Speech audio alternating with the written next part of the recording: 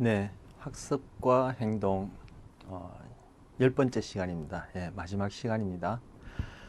네, 뭐 중요한 얘기는 아닐 수 있지만 첫 시간에 학습과 행동을 주 제목으로 놓고 학습 심리학을 부제로 놓는다라는 얘기하면서 왜 그렇게 생각했는지를 좀 말씀드렸었는데 뭐 여러분 기억 못 하시더라도 뭐 중요한 내용은 아닙니다. 근데 제가 오늘은 학습 심리학을 주제로 놓고 학습과 행동이라는 것을 부제로 놔야 되겠다 이런 생각을 했습니다. 학습 심리학은 뭐 제가 뭐앞 초반 차시에도 몇 번 말씀드렸지만 그 인지 학습이라는 것도 포함되니까 그래서 학습 심리학이라는 큰 타이틀 하에 저희는 행동이라는 그 개념 키워드에 중심을 두고 이렇게 그 행동의 생성과 변화, 즉 적응적 기제의 후천적 기제에 해당하는 적응적 기제 중에 후천적 기제에 해당하는 학습 원리 해서 고전적 조건화, 도구적 조건화 지금 하는 중에 오늘 이제 마지막 시간이 되었습니다. 그리고 학습의 종류 중에 관찰, 대리 또는 사회적 학습에 불리는 것은 제가 초반에 그 물리적인 그런 시간 여유가 되면 다룬다고 말씀드리면서 혹시 다루지 못하더라도 그 고전 조건이나 도구적 조건에 대한 이해가 충분하다면 여러분이 앞으로 기회 되시는 대로 그들은 충분히 자율학습이 되어질 만큼 오히려 좀 더 수월한 부분이기 때문에 우리가 다루지 못하고 마칠 수도 있다 이런 말씀 드렸는데 결국은 뭐 대리, 관찰학습, 사회적 학습은 다루지 못하게 되었습니다. 뭐 앞 시간에도 그런 말씀 한두 번 드린 걸로 기억합니다. 네, 뭐 제가 시작하기 전에 좀 떠오르는 얘기라서 말씀드렸고 뭐 중요한 내용은 상대적으로 아니라 얘기지고요. 제가 오늘은 도구적 조건과 관련해서 그것이 또 어떠한 행동에 적용될 수 있는지 이제 살펴보려고 이제 합니다. 우리 앞 시간에 뭐 적용할 수 있는 부분 또 실생활에서 이런 것들 가능한 한 여러 가지 그렇게 다뤘었는데 오늘은 좀 더 또 다른 내용을 좀 더 살펴보려고 합니다. 예, 첫 번째 슬라이드 보시면요. 예, 제목이 조성과 연쇄짓기입니다. 조성이 뭐고 연쇄짓기가 뭔지 이제 살펴볼 텐데 왜 이 조성과 연쇄짓기라는 내용을 여기에서 또 소개하게 됐냐면은 소위 그 자각 모형이라는 거 그때 말씀드렸죠. 자각 모형이라는 거. 여기는 행동을 중심으로 해서 그 학습의 원리를 쭉 설명해왔고 하고 있으며 또 도구적 조건화 초반부에서도 이 도구적 조건화, 조작적 조건화가 그런 자각 모형에서 얘기하는 그런 의식적인 자각, 의식을 요구하는 것이 아니다. 그건 하나의 부산물이다. 뭐 이렇게 말씀드렸고 그런 필수적이고 충분한 그러한 어떤 과정이 아니다라는 것을 그 혼수 상태에서 도구적 조건화가 되어지는 예를 보면서도 말씀드렸거든요. 그러한 맥락에서 이 도구적 조건화를 비평? 예. 비판은 이제 부정적으로 이제 뭡니까 이렇게 말하는 경우고 비평은 이제 긍정적인 어떤 그 논의를 하는 거라고 제가 이렇게 개념을 갖고 있어서 비평이란 뭐 용어를 이렇게 뭘 쓸까 했는데 뭐 이것도 뭐 그렇게 쓸데없는 말일 테고 예. 비평하는 입장에서 그래 좋아. 쥐가 레바를 눌렀더니만 먹이가 나오고 레바를 눌렀더니만 보상 경로가 자극되고 하니까 그 레바 누르는 행동이 점점 증가하고 행동의 변화, 즉 강화되는 거 좋아. 고양이가 우연히 고리를 당겼더니만 문이 열리고 생선을 먹었어. 다음에 또 고리 당기는 행동이 점점 증가하는 거 좋아. 그렇게 고리를 당긴다든지 레바를 누른다든지 이러한 단순한 행동들은 너네들이 얘기하는 도구적 조건화로 설명할 수 있지만 동물들의 삶 속에서는 그보다 더 복잡하고 일련의 연속된 그러한 행동들을 보이지 않느냐. 그걸 행동 중심적으로 뭐 고전 조건하니 도구적 조건화. 여기서 이제 도구적 조건하니까 도구적 조건화로 그걸 설명할 수 있느냐. 그런 단순히 행동 차원에서가 아니라 더 상위 어떤 과정을 요구하는 것이다. 그렇다면 인간에게는 더욱더 적용하기가 힘들지 않느냐, 뭐 이런 비평이 있단 말이에요. 그래서 도구적 조건화를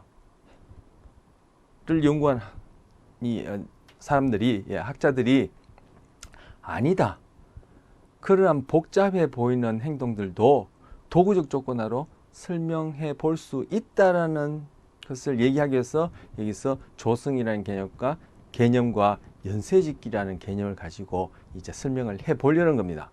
자, 첫 번째 이제 조성입니다. 조성은 영어로 쉐이핑이라 합니다.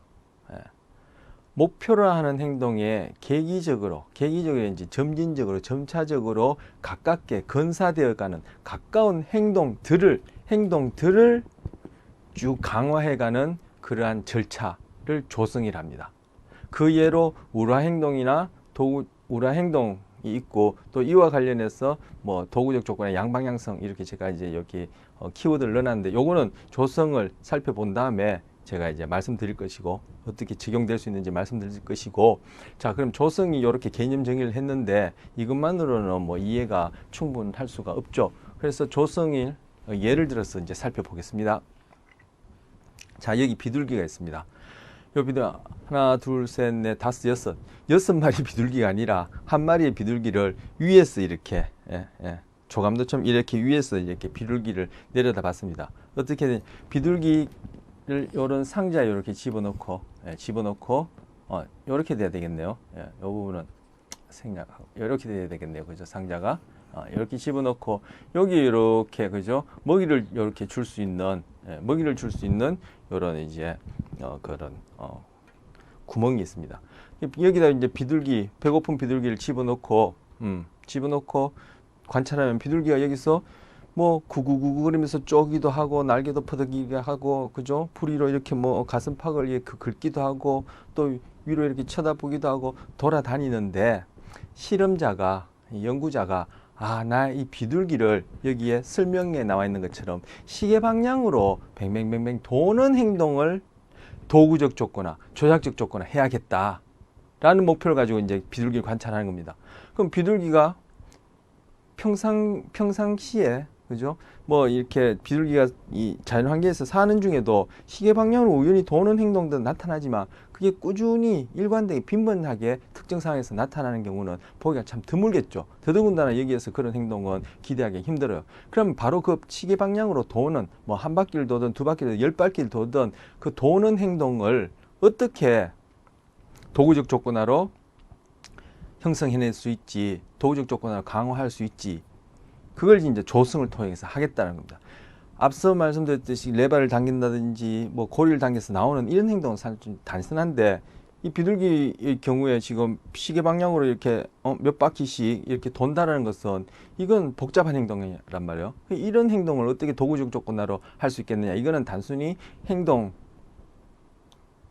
도구적 조건은 단순한 행동에 적용되지, 복잡한 행동은 뭔가 다른 상위의 어떤 그런 과정들을 요구한다라고 아까 비평한다 했죠. 그래서 그렇지 않다. 이것 또한 도구적 조건화로, 즉 도구적 조건화로 조성의 본질은 도구적 조건화예요. 근데 조성이라는 이름의 그러한 절차를 통해서 그러한 행동도 생겨날 수 있다는 걸 이제 보여주려는 겁니다. 자, 그래서 다시 이 상자 안에 비둘기를 집어넣고 관찰하는 중에 비둘기가 앞을 딱 쳐다본다. 앞을. 정면을 쳐다볼 때 먹이 알갱이를 딱 주는 거예요. 배고픈 비둘기 같은 경우 먹이 알갱이를 먹겠죠.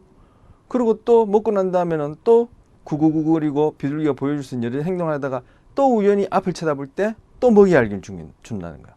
우연히 고리 문제 상자에서 배고픈 고양이가 문제 상자에서 우연히 고리를 당겨서 밖에 나서 생선을 먹기 때문에 다음에 고리 당기는 행동이 강화되듯이, 배고픈 비둘기가 이 상자 안에서 정면을 쳐다봤을 때, 그죠? 먹이 알갱이를 먹음으로 해서 다음에 또 정면을 쳐다봤을 때, 우연히 정면을 쳐다봤을 때 또 먹이 알갱이를 주고, 이런 일이 우연히, 즉 정면을 쳐다보는 행동 이후에, 그죠? 먹이라는 결과물에 의해서 정면을 쳐다보는, 이 상자 안에서 앞을 쳐다보는 그런 행동들이 문제 상자에서 고양이가 고리 당기는 행동과 또는 레버를 눌러서 보상경로에 전기 자극을 받은 쥐와 마찬가지로 앞을 쳐다보는 행동이 빈번하게 나타날 거란 말이야. 나중에 이 문제상에 집어넣으면 비둘기가 먹이를 먹기 위해서 그죠? 앞을만 쳐다보고 먹이를 기다릴 거란 말이야. 그러면 이제 먹이를 줘서 앞을 쳐다보는 행동을 충분히 강화시킨 다음에 우리 학습 곡선에서처럼 그죠? 충분히 학습 곡선이 더 이상 그죠? 이렇게 행동상의 변화를 일으키지 않는 충분히 그죠? 학습 시행을 진행하고 난 다음에 이제는 앞을 쳐다보더라도 먹이를 안 주는 거예요. 그럼 비둘기가 더 앞을 쳐다보는 계속 쳐다보면서 먹이를 기다리다가 결국은 먹이가 나오지 않으면은 그죠? 더 이상 앞을 쳐다보지 않고 뭔가 다른 행동을 하겠죠. 털썩 제자리에 주저앉을까요? 아니면 펄럭거리면서 그냥 그 자리에서 날아갈까요? 아니면 뒤로 그냥 그죠? 그 뭡니까? 제비돌기를 할까요? 뭐 그런 행동은 일어나기 당연히 힘들겠죠. 앞을 쳐다보다가 이렇게 저렇게 행동하다가 시계 방향으로 조금 몸을 돌릴 때 그때 또 먹이 알갱이를 주는 거예요. 또 그러고 나면은 먹이 알갱이를 먹고 난 다음에 비둘기가 또 이렇게 저렇게 행동하다가 우연히 앞을 쳐다보고 시계 방향으로 몸을 또 돌릴 때, 왜? 조금 전에 앞을 쳐다보고 시계 방향으로 몸을 돌릴 때 또 그때 먹이 알갱이 주는 거예요. 그러면 이렇게 앞을 쳐다본 이후에 시계 방향으로 몸을 돌리는 이 행동이 또 마찬가지로 아까처럼 그 행동 이후에 먹이 알갱이라는 결과에 의해서 정적 강화되어서 이 상자 안에 들어가면 앞을 쳐다보고 조금 시계 방향으로 몸을 돌린 다음에 먹이를 먹는 이런 행동들이 빈번하게 나타날 거예요. 마찬가지로 이러한 행동이 충분히 강화되고 난 다음에 또 이제는 앞을 쳐다보고 조금 고개를 돌리더라도 먹이를 주지 않는 거예요. 그럼 마찬가지로 이런 행동이 빈번히 나타나다가 결국은 먹이가 주어지지 않으면은 앞을 쳐다보고 또 그죠? 반대 방향으로 또 몸을 돌릴 수도 있고 뭐 주저앉을 수도 있을 테고 구구 쫄질 수도 있고 날개도 펴릴 수 있지만 우연히 앞을 쳐다보다가 조금 몸을 돌리다가 조금 더 몸을 돌리는 식으로 이런 식으로 행동이 나타날 수 있고 그러면 그때 또 먹이 알갱이를 준단 말이에요. 그러면 이 비둘기가 앞서처럼 마찬가지로 앞을 쳐다보고는 좀 더 몸을 돌린 후에 먹이를 먹고 또 앞을 쳐다보고 좀 더 몸을 돌려 먹이 먹는 일들이 그 행동의 결과가 그죠? 우연히 그런 행동이 나타났지만 그 우연히 나타난 그 행동들을 반복해서 그죠? 먹이로 강화시켜 주게 되면은 나중에는 앞을 쳐다보고 더 많이 시계 방향으로 몸을 돌린 후에 먹이를 먹는 이런 행동들이 빈번하게 나타날 거예요. 금방 말씀드린 이런 단계를 점차적으로 점점 진행해 나가면 바로 앞에 조성에서 얘기한 것처럼 목표로 하는 행동은 시계 방향으로 도는 거예요. 이 행동에 점차적으로 가까운 계기적으로 건사된 점차적으로 가까운 행동들을 매번 행동 이후에 결과 즉 여기서 조금씩 정면을 보다가 우연히 몸을 시계 방향으로 돌리는 그 각각의 행동들 그죠? 행동들에 대해서 먹이라는 결과 행들이라 써놨네요. 뭐 동자는 생략했었는데 행동들에 대해서 결과 먹이를 가지고 정적 강화시켜서 계속 반복하다 보면은 결국은 이렇게 나중에는 앞을 쳐다보고 시계 방향으로 뺑 돌고 먹이를 먹고 앞을 쳐다보고 시계 방향으로 뺑 돌고 먹이 먹고 이 상자에만 들어가면 배고픈 이 비둘기가 이 상자에만 들어가면 시계 방향으로 뺑 돌고 먹이를 먹는 이런 행동들이 완성된다라는 거. 각각의 단계 여기서 그런 단계들을 지금 이제 이렇게 그림으로 이렇게 계략적으로 이렇게 보여준 거예요. 이런 식으로 진행된다는 거, 이런 식으로 진행된다는 거. 각각의 단계에서의 각각의 행동들이 우리가 앞 시간에 배웠던 동일한 절차, 도구적 족구나 행동의 결과라는 정적 강화에서 이런 식으로 연속적으로, 즉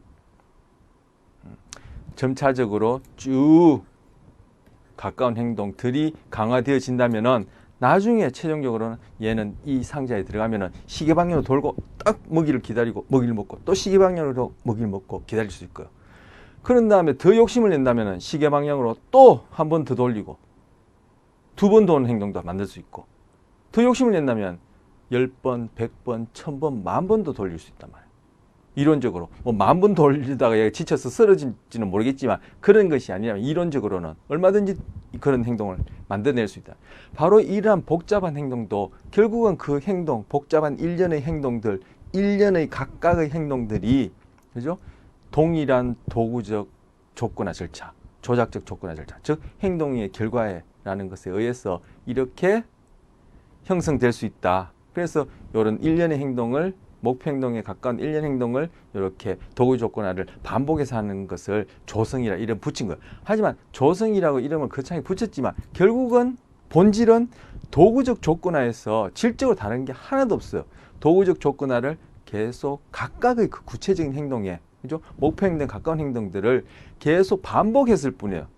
자, 앞에 조성, 왜 이 조성을 얘기하게 됐느냐? 비평하는 사람들이 동물들이 보여주는 그 삶 속에서, 그죠? 자연환경, 실험실 상황에서도 뭐 복잡한 행동들이 얼마든지 나타나겠지만 그런 지네들이 그런 사는 생태계 안에서, 그죠? 먹고 마시고 도망가고 날아가고, 그죠? 뭐 또 새끼 낳고 새끼 기르고 짝짓기 하고 이런 복잡한 행동들이 어떻게 일어나냐? 여기서 말씀드린 바로 이런 조성 절차에서 도구적 조건의 반복으로 충분히 일어날 수 있다는 걸 보여주는 거예요. 자, 시계 방향으로 돌기를 조성하기. 비둘기의 행동이 강화를 받았던 지점에서의 비둘기의 모습이 위에서 내려다보는 관점에서 그려져 있다. 이 조감도처럼 보여준다는 거예요. 처음 제일 왼쪽 그림, 이쪽 맞죠? 에서는 오른쪽으로 고개만 돌려도 먹이가 나왔다. 그 후에는 완전한 원을 그리는 행동에 점점 더 근사하는 가까운 행동을 해야 강화가 주어졌다. 완전히 한 바퀴 돌기는 조성을 시작한 지 15분 후에다. 15분 정도면은, 그죠? 물론 15분 정도면은 이런 걸 충분히 만들어낼 수 있다라는 거. 그래서 그런 비평에 지금 이제 이러한 조성 절차를 통해서 그 비평에 대해서 이제 이렇게 반박이랄까요? 그런 증거를 이제 보여주는 겁니다. 자, 여기서 잠시 우리 배웠던 걸 가지고 하나 더 제가 추가하자면, 우리 앞 시간에 1차 강화물하고 2차 강화물이라는 거 배웠죠. 1차 강화물은, 그죠? 생물학적으로 그 강화력을 지니고 있는 것이고, 2차 강화물은 1차 강화물하고 연합, 짝지어짐으로써 강화물을 얻게 된 것이에요. 그래서 제가 이거 1차 강화물, 2차 강화물 얘기하면서 뭐 요즘 TV에서, 그죠? 동물 행동, 반려견들의 행동 교정하는, 수정하는 그런 프로그램에 보면은, 그죠? 딸깍 소리하고 먹이 알갱이 이렇게 간식 주고 하는 그런 예를 가지고 제가 몇 번 이렇게 거듭거듭 이제 말씀을 드렸었습니다. 요 경우에도 제가 아까 먹이 알갱이를 준다고 했는데, 요 경우에도 먹이 알갱이도 쓸 수 있지만 먹이 알갱이보다는 딸깍 소리라는 2차 강화물이 좋겠죠. 왜냐, 먹이 알갱이를 앞을 쳐다봤는데 먹이 알갱이를, 그죠? 곧장 먹는다면 좋겠지만, 또는 좋겠지만 그렇지 않은 경우에는, 그죠? 행동 이후에 먹이 알갱이 결과 사이에 시간적 근접성이 낮아지기 때문에, 즉 시간적 간격이 멀어지기 때문에 이 행동이 변화하는데 비효율적이요. 게다가 이 녀석이 조금씩 근사적인 목표 행동이 한 바퀴 도는 건데, 근사적인 행동을 강화받을 때 앞을 쳐다보고 요만큼 돌았는데 먹이 알갱이가 똑 나왔는데 이 녀석이 먹이 알갱이를 못 봤다 하면은, 그죠? 이 행동 이만큼까지 돌았을 때 이 행동 뭐 계속 다른 점점 그 목표 행동에 가까운 근사 행동들에도 마찬가지겠습니다만, 이 행동에 대해서, 그죠? 강화받을 수 있는 기회를 놓쳐버리게 되죠. 이렇게 되면은 이 조성이 비효율적이고, 그죠? 이렇게 시계 방향에 도는 행동을 이제 이렇게 정상적으로 만들어내기 너무 어렵고 실패할 수 있단 말이에요. 그러니까 이 경우에는 먹이 알갱이와 딸깍 소리를 가지고, 물론 그때도 말씀드렸지만 딸깍 소리만 줘서는 또, 그죠? 2차 강화물은 1차 강화물과의 그런 연합이, 관계성이 높아야지만이, 즉 의존되어야지만이 2차 강화물의 그런 강화 효과가 있다고 했으니까, 그죠? 가끔씩 먹이 알갱이를 주겠지만, 그죠?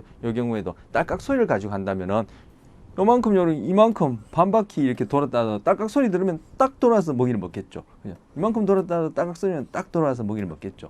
그래서 이런 경우에는 2차 강화물을 쓰는 것이 행동과 결과 사이에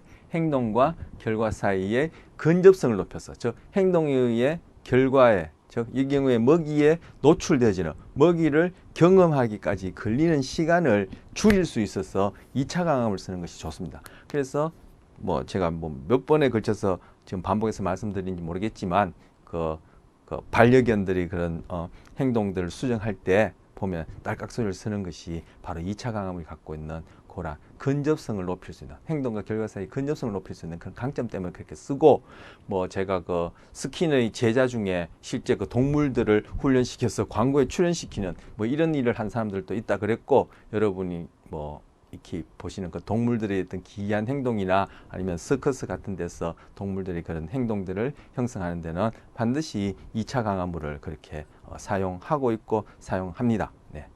자, 그 다음 것도 보시면요. 자, 여기 이제 적용 부분이에요. 적용 부분.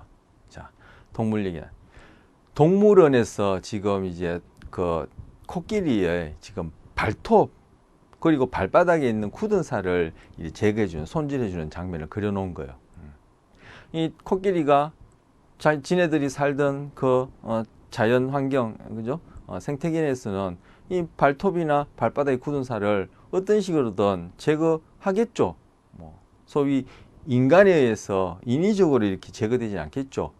뭐 이 발톱, 발바닥이 굳은 살이 제거되지 않으면은 나중에 걷는데 이것이 이제 장애가 되어지고 이제 문제를 일으킬 수 있다면 이것이 결국은 생존, 그리고 더 나아가서는 번식에, 그죠? 불리해지니까, 그죠? 분명히 제거할 거예요. 누구 어떻게 하는데? 그렇지 않으면 이 코끼리의 그 생존에, 그죠? 직결되니까. 그리고 만약에 그것이 글쎄 어느 만큼 심각할지 모르지만 결국은 코끼리가 지금까지 도태되지 않고 살아남는데 분명히 문제를 줬을 테니까 이 녀석들이, 그죠? 자연 환경에서는 자연스럽게 이런 발톱이나 발바닥에 굳은 살들이 제거됐을 거란 말이에요. 그런데 이 녀석들을 이렇게 동물원에다가 이렇게 가둬둔다 할까요? 어쨌든 이렇게 기르게 되면은 이 발톱, 발바닥을, 그죠?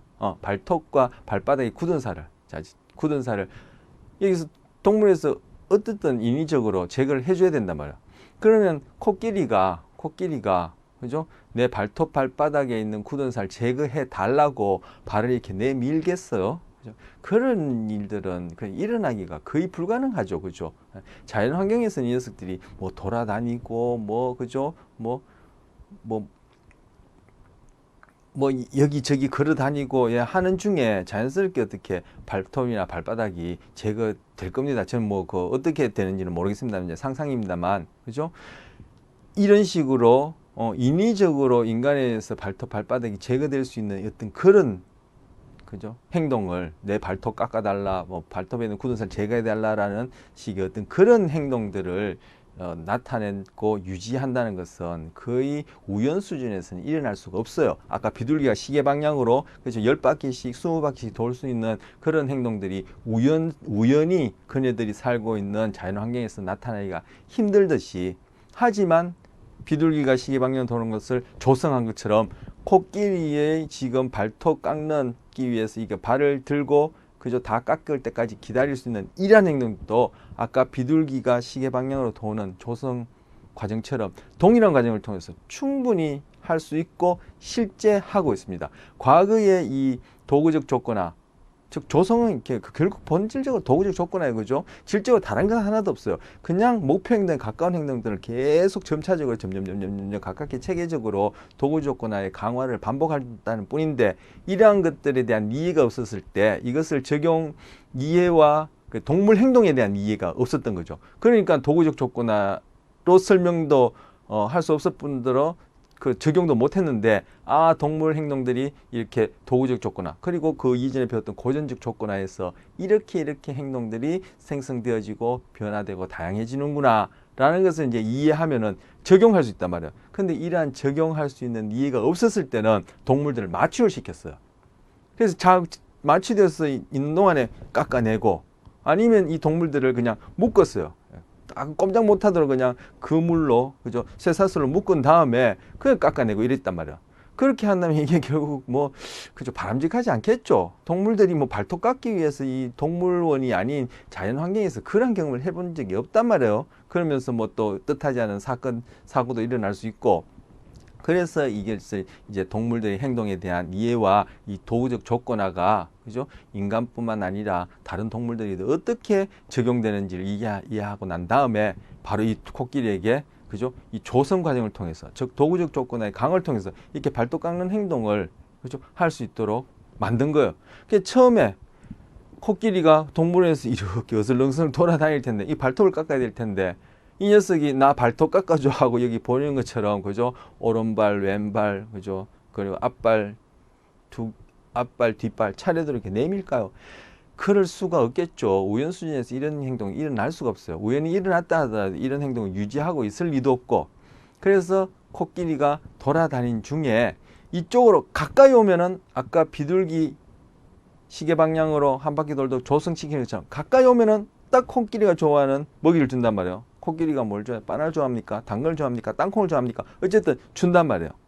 그러면 이 녀석이 아까 비둘기 시계 방향으로 한 바퀴 돌 때 목표등에 가까운 행동들을 점점 조성, 강화, 도구적 조건을 반복한 것처럼 이 절차를 반복해서 결국은 이렇게 발을 올리고 발톱, 굳은 살을 깎을 수 있는 이런 행동들이 강화되어지는 거예요.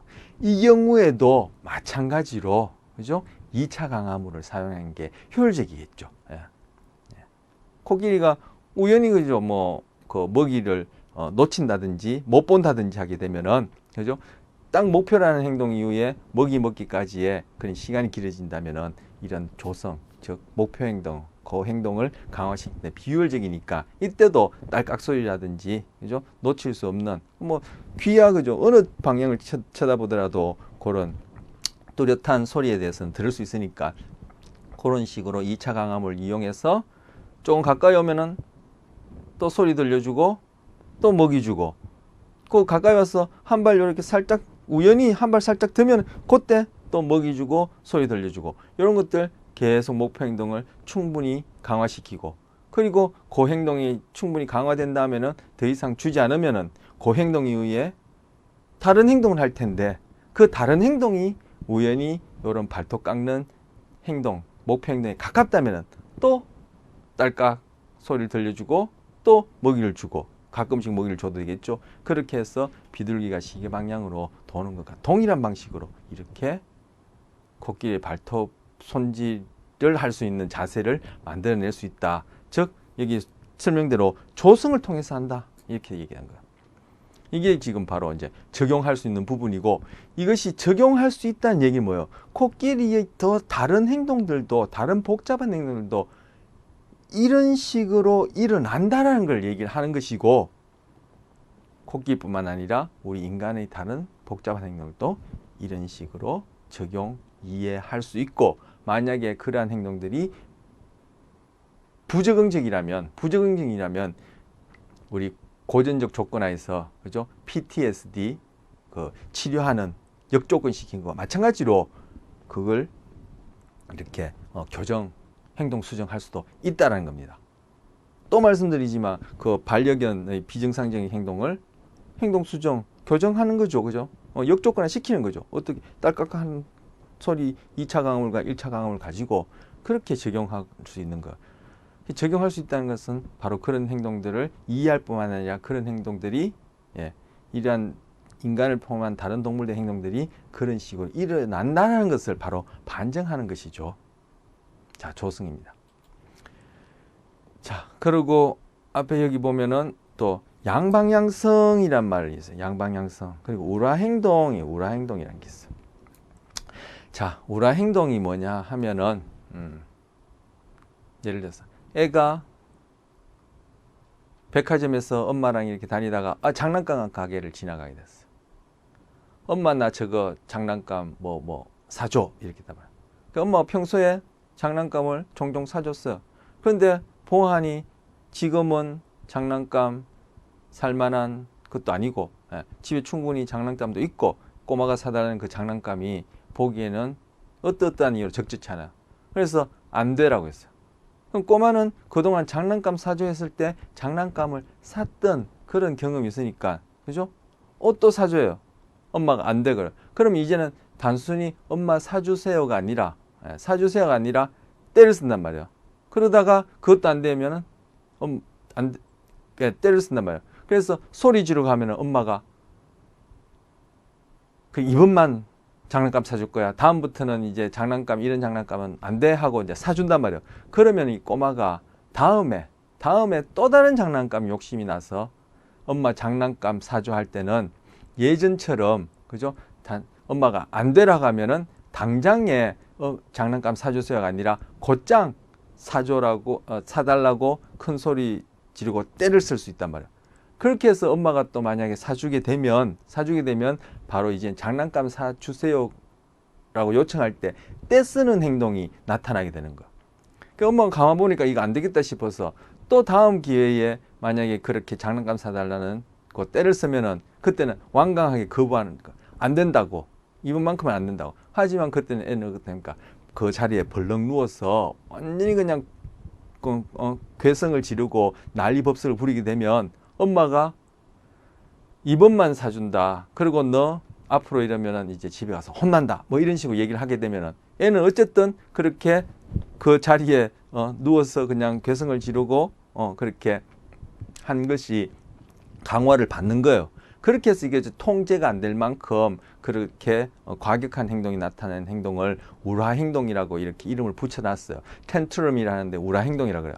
자, 이 과정을 가만히 보면은 비둘기가 시계 방향으로 돌 때 앞을 쳐다보는 것이 충분히 강화된 다음에 더 이상 먹이를 주지 않으니까 거기에서 그죠? 이런저런 행동을 하다가 우연히 시계 방향으로 몸을 틀었고 그 앞을 쳐다보다가 시계 방향으로 몸튼 행동이 강화받고 나니까 충분히 강화받고 나니까 그 행동을 반복했지만 더 이상 먹이가 주지 않으면 또 다른 행동을 하다가 우연히 시계 방향으로 좀 더 몸을 트는 행동이 나와서 또 강화받았고 이렇게 해서 결국은 목표 행동에 가깝게 점점 조성된 것처럼 코끼리의 발톱과 굳은 살이 동일한 방식으로 조성되어서 그렇게 발톱 깎는 행동이 나온 것처럼 지금 아이의 울화 행동이 어떻게 됐나요? 조성되었죠. 처음에는 사주세요. 예전엔 사주세요가 충분히 강화받았어요. 근데 이제는 더 이상 사주세요라고 강화를 받지 못하니까 이제 큰 소리로 때를 쓴단 말이에요.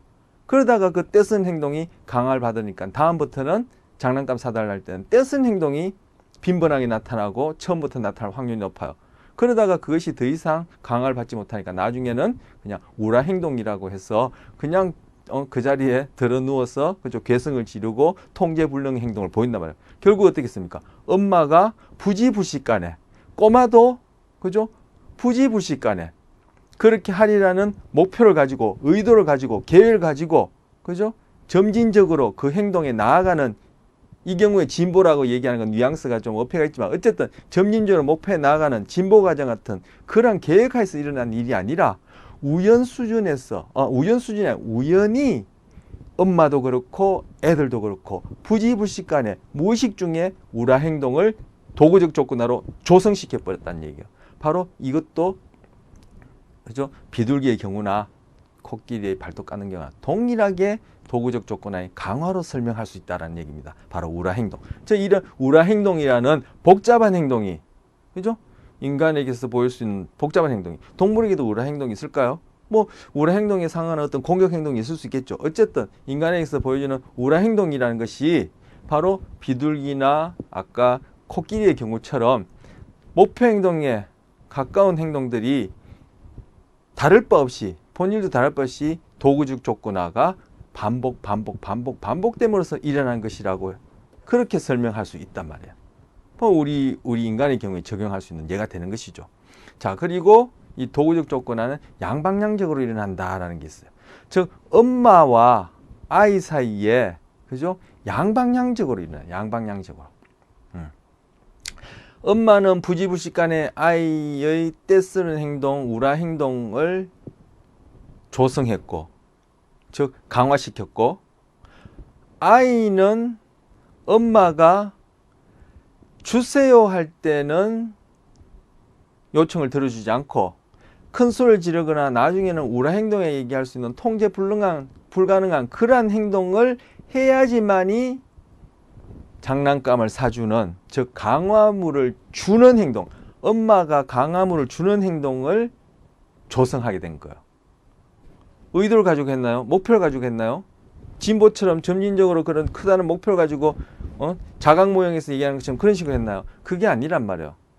아이의 우라 행동이 부지불식간에 엄마에 의해서 강화되었고, 엄마는 그 아이에게 장난감을 사주는 행동이, 아이의 입장에서는 아이에게 강화물을 주는 행동이 아이에 의해서 부지불식간에 조성된 거예요. 그래서 엄마는 사주세요 하면 이제 안 사줘요. 큰 소리 얘기해주면 사줘요. 그러다가 이젠 큰 소리를 얘기해도 안 사줘요. 그냥 들어놓아서 때를 쓰고 통제불능에 그런 괴성을 지르고 난리법석을 떨어야지만이 강화물을 주는, 장난감을 사주는 행동이 부지불식간에 아이에 의해서 도구적 조건화 강화되어지고 조성됐다는 거예요. 뭡니까? 양방향적으로 일어나는 거죠. 양방향적으로. 그래서 도구적 조건화에서 강화는 양방향적으로 일어납니다. 동물에서 그렇고 뭐 인간의 뿐만 아니라 모든 경우에 그죠? 행동들이 양방향적으로 일어납니다. 자, 이거 베르나르 베르베르 여러분 익히 뭐 잘 아시죠? 우리나라 사람들이 특히 뭐 이 베르나르 베르베르 씨가 프랑스인가요? 프랑스보다도 또 다른 어느 나라보다도 우리나라 특히 그렇게 인기 베스트셀러 작가로 그렇게 인기를 끌고 있다고 하는데, 베르나르 베르베르의 웃음이라는 책 1권, 2권 중 2권에 나온 얘기입니다. 자, 다음은 도구적 조건화가 양방향적으로 일어난다는 것을 해학적으로 보여주는 베르나르 베르베르의 글입니다. 이 베르나르 베르베르 씨가 과학 기자 출신이었대요. 그래서 자료 수집이나 정리 이런 것들이 체계적으로 이렇게 잘 하는 이러한 이제 능력이 뛰어나고 출중했던가 봐요. 그런데 또 기자니까 글도 그죠? 잘 썼겠죠. 예. 그런데 이분이 이제 갖고 있는 이 지식이, 저도 이제 베르나르 베르베르의 뇌라는 책도 읽어봤었고, 그리고 뭐 여기서 나오는 것처럼 이 내용을 보면은 굉장히 정확한 어떤 과학적 지식을 갖고 있어요. 자, 지금 베르나르 베르베르의 지금 이 얘기는 아닙니다. 약간 맥락을 또 달리해서 맥락이 아니라 또 다른 예를 좀 하면, 베르나르 베르베르의 뇌라는 책이 있어요. 뇌라는 책이 1권, 2권이 있는데,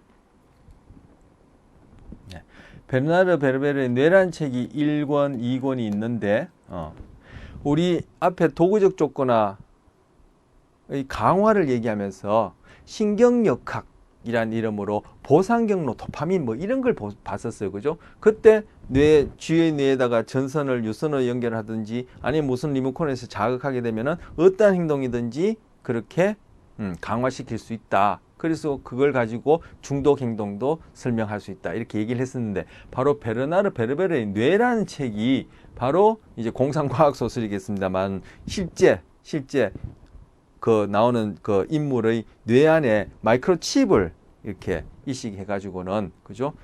그 이식받은 이 본인은 모르는 사이에 이식이 되어서 이 본인이 모르는 곳에서 리모트 컨트롤 되어서 이 사람의 행동이 그렇게 로봇쥐처럼 그렇게 통제받는 그런 내용이 나와요. 여기 내용들 보면 굉장히 정확해요. 굉장히라는 말이 필요 없이 그냥 정확해요. 그래서 이 책을 읽어보면은 뭐 그런 중독 행동이라든지 그 도구적 조건화의 강화를 통한 그러한 뭐 도구적 조건의 강화라든지 그 보상 경로와 관련된 그 현상이라든지 이런 것들을 그죠? 뭐 교재나 전문서적 필요 없이 이해할 수 있는 그런 책이 있습니다. 예. 뭐 베르나르 얘기하다 보니까 내 얘기를 하게 됐는데, 자, 다시 돌아가서 이 내용을 살펴보면 뭐 좀 지우죠. 네. 예, 살펴보면 지금 양방향성에 대해서 이제 얘기를 합니다. 자, 우리에 갇힌 힌지 3마리가 각자 연구성과를 결산합니다. 첫 번째 힌지가 말합니다. 나는 위대한 과학자야. 내 전공은 물리학이지. 나는 저기 보이는 커다란 바퀴를 연구했어. 저 바퀴는 발전기와 연결되어 있어. 내가 밝혀낸 법칙에 따르면 발전기와 연결된 작은 전구의 불빛은 바퀴 안에서 우리가 얼마나 빨리 달리느냐에 따라 밝기가 달라져. 달리는 속도가 빠를수록 불빛이 밝아진다는 거야. 그러면 쥐들은, 이 슬치류들은 이렇게 쳇바퀴 돌리기를 이렇게 좋아하거든요. 이 본능적인 이제 행동 중 예, 하나요. 거기다가 이렇게 전기장치를 해놓으면 이제 불빛이 빨갛게 나온다는 거예요. 이런 것도 아마 그죠? 도구적 조건화 상황에서 이런 것들을 그죠?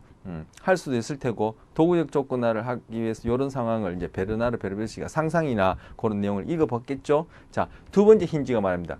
뭐 그 정도를 가지고 위대하다고 그래. 나는 훨씬 위대한 과학자야. 내 전공은 기하학이지. 나는 수학 공식 하나를 발견했어. 어떤 미로에 들어가든 금방 길을 찾아낼 수 있게 해준 공식이야. 나의 발견 덕분에 우리는 앞으로 상당히 많은 시간을 절약할 수 있어. 그 미로에 들어가서 빠져나오면 먹이를 주는 거예요. 그러면은 이 미로를 들어가서 헤매지 않고 그죠? 빨리 빠져나오는 행동들이 점점 증가하겠죠. 즉 미를 빠져나오는 시간도 단축되겠죠. 바로 이 미를 빠져나오는 행동이 먹이라는 것에 대해서 그죠? 정적 강화 받을 수 있어요.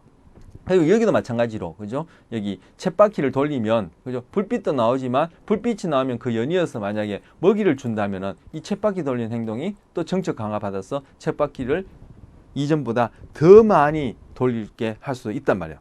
좋아요. 이거 지금 다 조작적 조건화, 도구적 조건화, 강화 이해라고 얘기할 수 있겠죠. 근데 자, 세 번째 힌지가 얘기합니다.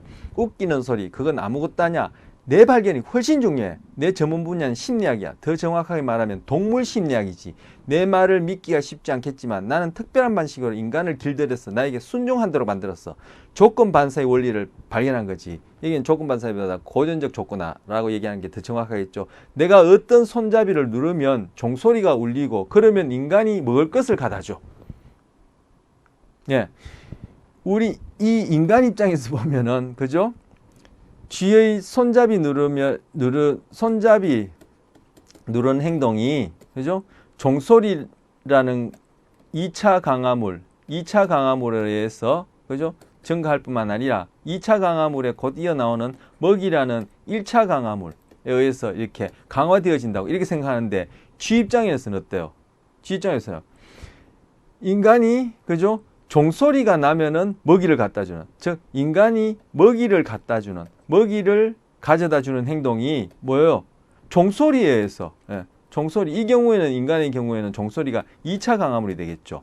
그죠? 그리고 1차 강화물, 이 종소리와 관련된 건 또 이 쥐가 손잡이를 누르는 행동. 예, 손잡이 바로 요 손잡이를 누르는 행동이 이 연구자한테는 관심의 대상이 되어지는 또 2차 강화물이 되어지고 이 손잡이 누르는 행동을 통해서 나온 결과가 이 사람한테는 결국 업적이 될 테고 그게 결국은 그죠? 음식이나 그죠? 뭐 생활에 필요한 1차적인 그러한 강화물과 연결될 거예요. 그죠? 예. 그러니까 이 경우에 인간이 먹이를 갖다 주는 행동은 종소리나 쥐가 손잡이를 돌리는 이러한 2차 강화물에서 강화되는 거예요.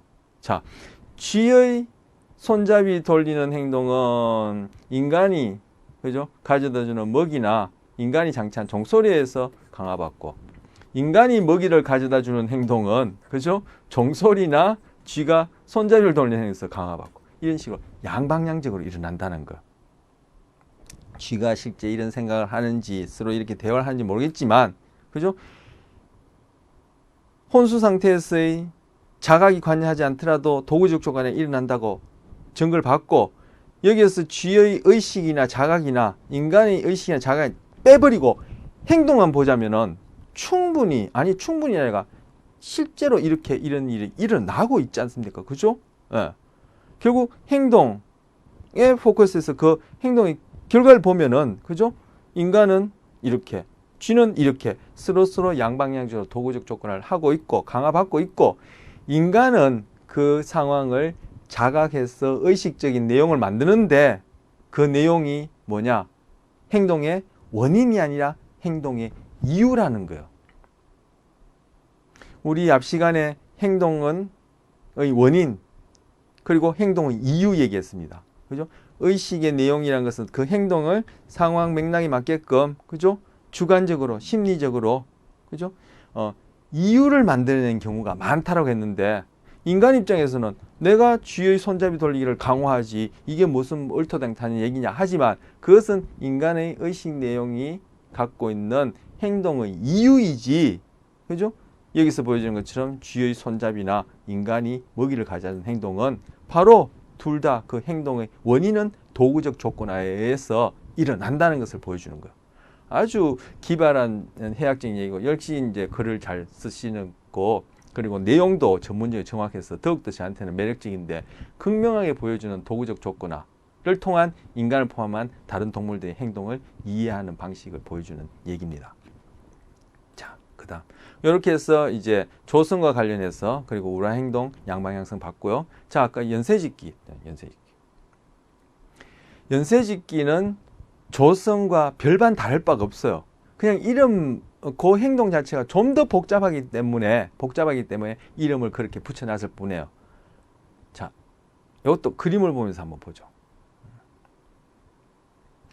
여기 이런 실험 상자가 있어요. 요 최종 목표 행동은 쥐가 A라는 오르막을 오르고 B라는 요 다리를 요렇게, 그죠? 이걸 드로우 브릿지라고 부르는데, 요렇게 요 줄을 어떻게 이렇게 뭐 건드리면 요렇게 다리가 연결돼서 건너고, 사다리를 올라간 다음에 외나무 다리를 타고 또 사다리를 올라가고 터널을 지나서 H라는 상자 안에 들어가면 이게 쭉 내려와서는 J에 와서 레버를 누르면 여기 물이나 먹이가 나오는 거야. 이 행동을 쥐를 여기 집어다 넣어놓으면 할까요? 도저히 우연 수준에서 일어날 수 없는 행동이야. 근데 이 쥐들은 지네들이 살고 있는 그 환경 안에서는 이거보다 더 복잡한 행동도 하죠. 바로 이러한 복잡한 행동도 여기에서 얘기하는 연쇄짓기를 가지고 할 수 있다는 거예요. 아까 조성이나 연쇄짓기나 본질적으로 다를 바가 하나도 없어요. 이 연쇄짓기에서도 여기 A, B, C, D, E, F, G, H, I, J라고 했는 각각의 행동 단위가 있는데, 각각의 행동 단위들을 비둘기가 시계 방향으로 한 바퀴 도는 거나, 코끼리가 발톱깎이에서 발을 들여서 그 구멍에 들이내미는 거나 동일한 조성 과정을 통해서 목표 행동에 가깝게 점점 계속 반복적으로 행동들을 강화시키는 거예요. 그리고 A라는 행동이 완성되면은 또 B라는 행동으로 연결될 수 있도록 해서 또 체계적으로 강화시키고, 그래서 여기서는 A, B, C, D 이것들을 체인처럼 이렇게 연결한다 해서 연쇄짓기를 했지만, 결국 그 안에 있는 절차를 보면은 비둘기 시계 방향으로 돌리는 것과 마찬가지로 조성, 목표 행동에 가까운 그 세분화된 행동들을 점진적으로 계속 도구적 조건을 반복해서 강화시키면은 나중에 이러한 환경에 주어지면 쥐가 쭈르르륵 해서는 레바를 누르고 먹이를 먹고, 또 더 먹이와 물을 먹고 싶다면 또 이 과정을 반복해서 먹는다는 거예요. 이런 식으로 쥐가 이 실험 상자뿐만 아니라 자연 환경에서 그러한 행동들이 부지불식간에 그죠? 그러한 행동들이 강화되어져서 그러한 복잡 행동을 보이고, 쥐뿐만 아니라 비둘기뿐만 아니라, 그죠?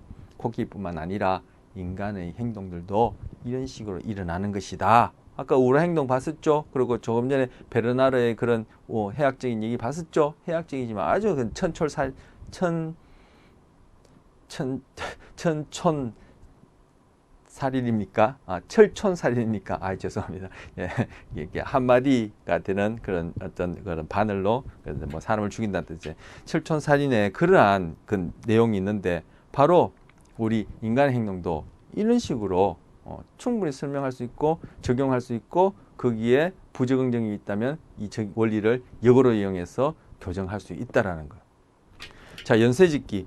A 지점에 시작하여 쥐는 B 지점까지 경사로를 기어 오른 후 도개교를 건너 C 지점으로 가서 사다리를 올라가 D 지점으로 가고, 줄타기를 하여 E 지점으로 건너가서 또 사다리를 올라가서 F 지점으로 가고, 터널을 기어 통과해서 G 지점으로 가서 H 지점에 있는 엘리베이터를 타고 I 지점으로 내려가서 J 지점에서 레버를 누르고 먹이를 받는다. 이거 연쇄짓기. A, B, C, D 행동들을 연결한 데서 연쇄짓기지만, 그 세분화된 각각의 단계는 아까 조성, 비둘기 시계 방향으로 도는 것과 동일한 과정, 즉 본질적으로 도구적 조건화, 그 중에서 이 강화의 반복으로 설명되어지고 그 강화 받은 행동일 뿐이라는 얘기를 하는 겁니다. 자, 여기서는 뭐 과제 분석이라는 얘기도 나오고, 예, 여기 뭐 또 다른 뭐 2차 가물 고순 인형 나오는데 이건 뭐 지금 핵심적 내용이 아니고 예, 또 뭐 그까지 얘기하면은 이후의 내용을 얘기하기에 지금 좀 이 시간적 한계가 있으니까 이건 생략하고 연쇄짓기에 관련된 핵심된 내용 다 얘기를 했습니다. 그리고 제가 참고한 이 책에 보면은 조성인과 연쇄짓기는 별반 다를 바가 없다 이렇게 얘기를 했습니다. 굳이 연쇄짓기라 이름 붙이는 것은 아까 조성보다는 그죠? 뭔가 구별해야 되고 좀 더 복잡한 행동이니까 그렇게 얘기했지만 제가 지금 몇 번째 반복하는지 모르겠습니다만 결국 도구적 조건의 반복일 뿐이다. 그렇게 설명할 수 있습니다.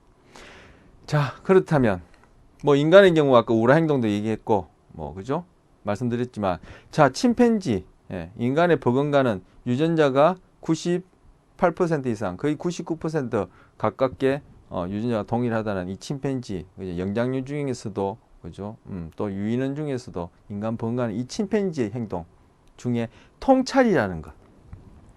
자, 통찰이라는 거 들어보시죠. 통찰은 이거 도구적 조건을 생각해서 이건 순전히 뭔가 행동과는 다른 어떤 차원의 정신적으로 일어나는 것이 아니냐.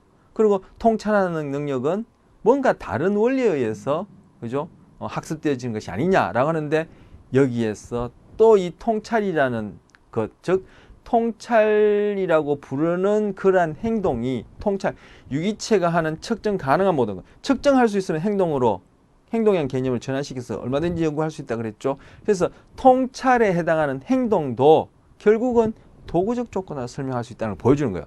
자, 침팬지가 지금 이거 지금 위에 바나나가 걸려 있어. 아무리 폴짝폴짝 뛰어도 바나나를 먹을 수 없어요. 근데 옆에 보니까 이게 상자들이 있어요. 사과 상자 같은 일단 상자들이 있어. 이 상자를 차곡차곡 쌓아 올려서 그 위에 올라가서 바나나를 따먹는단 말이에요. 이러한 행동 결과 보면 이 행동 결과만 보면은 어휴 이거 통찰이 일어났다.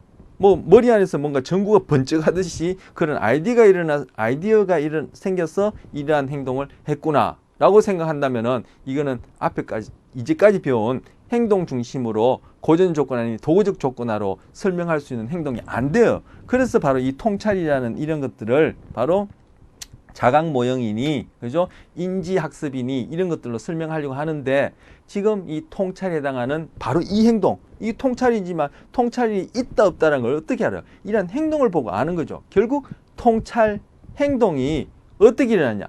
도구적 조건화로 일어난다. 앞서 본 조성과 연쇄짓기로 일어난다는 거예요. 자, 이 침팬지 녀석을 그죠? 이 상자를 차곡차곡 쌓아 올리는 이 행동을 학습을 시킨 거예요. 강화를 시킨 거예요. 도구적 조건을 통해서. 그리고 상자 위에 올라가서 어떤 목표물을 이렇게 획득하는 이 행동을 강화를 시킨 거예요. 그런 다음에 이 행동들을 연쇄짓기를 통해서 강화를 시키면 다음에 유사한 상황에서 이렇게 바나나를 높이 달아놓고 주변에 물건들을 놔두면 그죠? 동일한 상자가 아니더라도 유사한 이런 물건들을 쌓아서 올라가서 바나나를 따먹는다는 거예요. 침팬지에게 여기에 보이는 것과 같은 상황, 즉 손이 닿을 수 없는 곳에 매달려 있는 바나나를 제시했다. 본문의 설명을 보라는데 제가 말씀드린 대로 앞에서 배운 연쇄짓기 그리고 조성 연쇄짓기에 의해서 이러한 행동들이 나타난다는 거예요. 그래서 통찰이라는 것도 결국은 별로 다른 것이 아니라 바로 통찰에 해당하는 행동이 도구적 조건화에서 강화받아서 나타나는 것이다. 그래서 그러한 조성, 연쇄짓기라는 개념으로 설명할 수 있는 그러한 행동들이 많이 강화받은 동물들이나 사람의 경우에는 통찰력이 좋다. 즉 통찰력이 좋다라는 사람은 바로 통찰 행동에 이라고 얘기하는 그러한 목표 행동에 가까운 행동들이 그동안에 살아온 동안에 많이 조성 연쇄짓기에 의해서 강화받아 왔다라는 하나의 증거일 뿐이다. 이렇게 얘기를 하는 거예요. 타당하죠. 타당할 뿐만 아니라 그렇게 이루어지는 겁니다. 자, 이 비둘기 경우에도 이 비둘기 여기 최종 행동을 보면 이 유튜브에나 보면은 이것이 오리지널 그 흑백 영상들이 있어요. 아까 그 침팬지의 경우도 그렇고 여러분 관심 있으신 분도 유튜브에 검색해서 한번 보시길 바랍니다만 이 최종적인 행동을 보면은 비둘기가 상자를 이렇게 뭘 끌고 와서는 그냥으로는 키가 안 닿으니까 예. 닿지 않으니까 상자를 이렇게 끌고 와서 여기 올라가서는 바나나를 딱딱딱딱 쪼아 먹어요. 야, 이거 비둘기가 어떻게 저런 행동을 하지? 어떻게 저런 통찰이 있지? 아까 침팬지의 경우와 마찬가지로 비둘기 녀석을 그죠? 요런 뭐 목표물 아래에 이렇게 서서 그 목표물을 이렇게 쳐다보는 행동을 조성시켰어요. 아까 시계 방향을 돌리듯이 코끼리 발톱 깎듯이 얼마든지 할 수 있죠. 그리고 그리고 또 따로 이런 요 목표물 없이 이런 공간 내에서 상자를 여기 두고 상자를 요렇게 옮기고 저렇게 옮기고 저렇게 옮기고 저렇게 옮기고 이 상자를 옮기는 행동을 또 별개로 조성시켰어요. 그리고 또 한 경우는 그냥 여기는 바나나가 있지만 그죠? 이 공간 내에서 바나나 없이 이 상자 위에 올라가는 행동을 상자를 이제 옮기는 게 그냥 상자 위에 올라 쓰는 행동을 또 조작적 조건하에서 강화시킨 거예요. 이렇게 하고 난 다음에 그 훈련받은 비둘기를 좀 지울까요? 지저분한데 항상 지저분했지만 예, 그 비둘기를 이러한 상황에 노출시킨 거예요. 위에 바나나가 있고 여기에 상자가 있고 이런 상황에 그럼 비둘기가 이 상황에서 상자를 탁탁탁탁 몰고 왔어. 왜? 상자를 이렇게 이동시키는 거는 이미 강화되었죠. 그리고 상자 위에 올라갔어. 상자 위에 올라가는 거 강화되었죠. 그리고 바나나를 쪼아 먹는다는 거. 그래서 이 결과만 보면은 이것이 지금 행동의 도구적 조건화, 즉 강화로 설명할 수 없고 뭔가 다른 차원의 어떤 정신적인 설명할 수 없는 어떤 신비적인 어떤 그러한 것들에 의해서 일어나는 뭐 자각 모형과 어떤 맥락을 같이 하는 그런 것으로 일어나는 학습인가라고 여기지는데 이 동물들의 경우를 보면 그것이 아니라 결국은 통찰이라고 해야 하는 최종 목표 행동에 가까운 그런 가까이 행동들이 조성 연쇄짓기 되어서 일어나는 행동이다. 즉 통찰 행동이 도구적 조건에서 강화받은 결과라는 거야.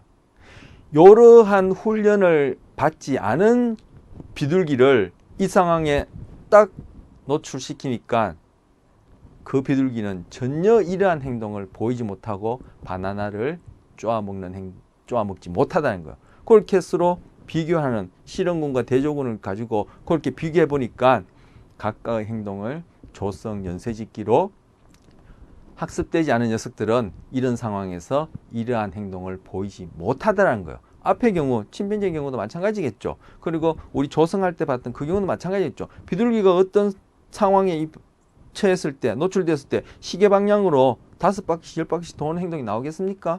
예. 그러니까 그렇게 조성이나 연쇄짓기, 즉 결국 본질적으로 도구적 조건화를 통한 강화를 받지 못한 녀석들은 결국 최종 통찰이 있다. 야, 통찰 행동이다. 라고 얘기하는 그런 목표 행동에 다다르지 못한다. 그런 행동을 보이지 못한다는 거예요. 자, A에서 비둘기는 바나나와 상자를 번갈아 쳐다본다. B에서는 비둘기가 상자를 바나나 쪽으로 밀고 간다. 그러고 나서 C에서는 비둘기가 상자 위에 올라가서 바나나를 쫀다. 이렇게 해서 통찰 행동이 나타났다. 비둘기나 침팬지뿐만 아니라 인간의 경우에도 그러하다라는 것을 얘기를 해줍니다. 자, 쥐가 이러한 상자를 본다. A를 올라간다, B를 건너간다, D를 사다리를 탄다, 외나무 다리를 탄다, 사다리를 탄다, 터널 지난다, 엘리베이터 타고 내려온다, 레발을 넣어서 먹을 먹는다. 야, 통찰 행동이다. 하지만 아니었죠. 각각의 행동이 조성 연쇄짓기를 통해서 일어난 것처럼 이 행동도 그리고 이러한 행동도 그리고 인간의 행동들도 다 도구적 조건화의 강화로 설명할 수 있다라는 것입니다. 자, 요 두 내용은 또 뭐 드라이브라 해서 이것이 이제 동기, 동기가 어떤 행동을 하게 하는 힘, 뭐 이런 식으로 개념 잡아도 뭐 충분하겠습니다.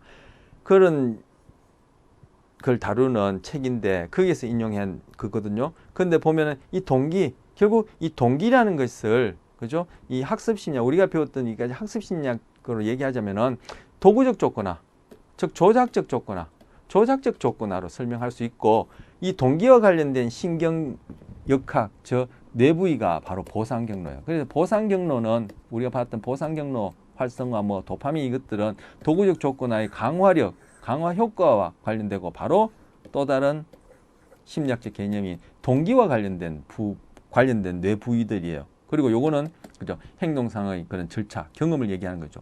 결국 요러한 동기를 다루는 이 책에서 이런 창의적인 행동, 그죠? 창의적인 행동을 쭉 얘기를 하고 있는데, 예? 창의적인 행동을 얘기를 하고 있고 또 이제 뭡니까? 동기화된 행동, 뭐 이런 것들 얘기를 하고 있는데 요 부분은 그죠?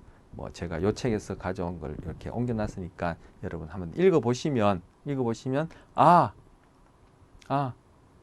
창의적인 행동이라는 것이 그리고 자발적인 거로 일어나는 동기화된 행동이라는 것이 어떤 식으로 도구적 조건화로 설명할 수 있고 적용된 것이구나 알 수 있을 겁니다. 그래서 이 부분 여러분 참고로 읽어보시라고 그렇게 올려놓은 것입니다. 네, 이렇게 해서 10번에 거친 제목이 그죠? 창의성과 보상 해놨죠. 이 보상은 결국 우리까지 이제까지 얘기한 걸로 보자면은 그죠? 결과, 그죠? 정적 강화물, 어떤 부적 강화물, 정적 강화물에 해당하는 그런 내용이 되겠죠. 여기 보상이라는 것이. 창의성은 뭐예요? 창의성은 어떤 정신적인 어떤 결과물이라보다는 창의적인 행동이죠. 행동 또는 행동들이죠. 창의적인 행동들을 하면 창의성이 있다, 창의력이 있다 이렇게 얘기하는 것이고 아까 통찰에 해당한 통찰적인 행동을 하면 통찰력이 있다. 그것이 다양하게 빈번히 나타나면 통찰력이 많다, 뭐 그죠? 적다, 뭐 이렇게 얘기하는 것처럼 결국 이제 행동들 유기체가 하는 측정 가능한 모든 것은 행동이라는 개념을 다룰 수 있다는데 바로 행동과 보상, 결과 사이의 관계를 보여주는 얘기입니다. 예. 그래서 다시 이렇게 해서 10번 10차시에 걸친 학습과 행동이라는 이름으로 학습 심리학의 행동을 중심으로 한 그런 기본 원리들을 그렇게 봤습니다. 실제 오프라인 수업에서는 45시간을 들여서 한 학기 동안 다뤄야 할 내용들 그것으로도 또 부족해서 또 뭐 또 다음 어떤 그런 커리큘럼에서 또는 더 상위 그런 과정에 에서 다시금 또 배우기도 하는데 우리는 지금 이제 10번의 시간에 주어진 경우라서 그 나머지 지금 도구적 조건화와 관련해서 또 다른 이야기들 여러 가지 나오는데 그걸 다 다루지는 못했고 또 다룰 수도 없었습니다. 그리고 뭐 또 저 세 번째 관찰 대리 학습도 뭐 아까 초반에 말씀드렸듯이 그러한 이유로 다루지 못했지만 결국 학습 심리학, 학습과 행동에 있었던 핵심된 내용, 골자든 원리들은 제가 충분히 다뤘다고 생각하고 또 말씀드리고 그리고 이러한 후천적 기제, 학습 이전에 또 중요한 토대가 지는 이 후천적 기제와는 뗄래야 뗄 수 없고 이 후천적 기제에 영향을 주는 결정적인 변이 중에 하나인 바로 선천적 기제, 자연 선택에 의해서 또 어떻게 행동이 생성되어지고 이런 후천적 기제에 영향을 주는지 해서 그렇게 핵심된 내용은 다 다루었습니다. 그래서 이렇게 해서 학습과 행동 마치기로 하겠습니다.